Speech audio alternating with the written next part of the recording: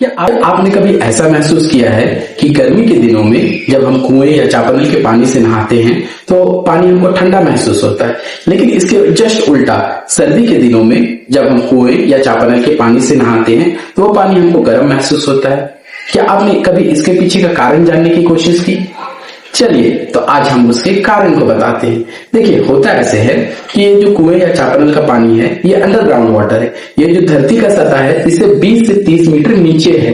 तो जो हमारा धरती है, पृथ्वी का सतह है, वो एक कुचाला की तरह बिहेव करता है, मतलब एक इंसुलेटर की तरह बिहेव करता है। और जो हमारा वातावरण में जो भी टेम्परेचर में चेंजेस आ रहा है, टेम्परेचर बढ़ रहा है या घट रहा है, उसका कोई भी इम्पैक्ट पानी में नहीं होने देता। तो जो हमारा पानी है, अंडरग्राउंड वाटर है, उसका एक फिक्स टेम्परेचर वो फिक्स रहता है। ऐसे समझ लीजिए वो 15 से 20 डिग्री सेल्सियस पे मेंटेन रहता है।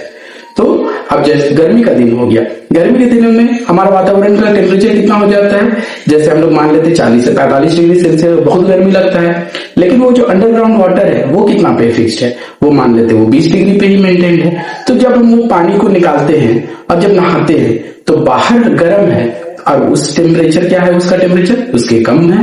तो बाहर का जो गर्म वातावरण की तुलना में हमको कैसा महसूस होता है, ठंडा महसूस होता है। और इसके जस्ट उल्टा सर्दी के दिनों में हमारा जो वातावरण का टेम्परेचर है ये लगभग 0 to 5 डिग्री सेल्सियस आ जाता है। लेकिन जो मेरा अंडरग्राउंड वाटर है वो कितना पे है, मेरा 20 डिग्री सेल्सियस पे मेंटेन है। तो अब बाहर हमारा ठंडा वातावरण है, उसकी तुलना में वो पानी क्या हो जाएगा, गर्म हो जाएगा। इसलिए वो पानी हमको गर्म महसूस होता है।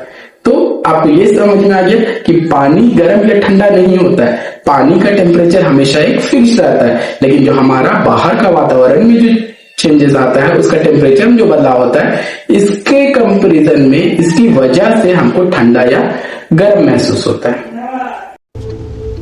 अरे बाप रे, ये खेला है। अरे बाप रे बाप, अरे बाप रे बाप।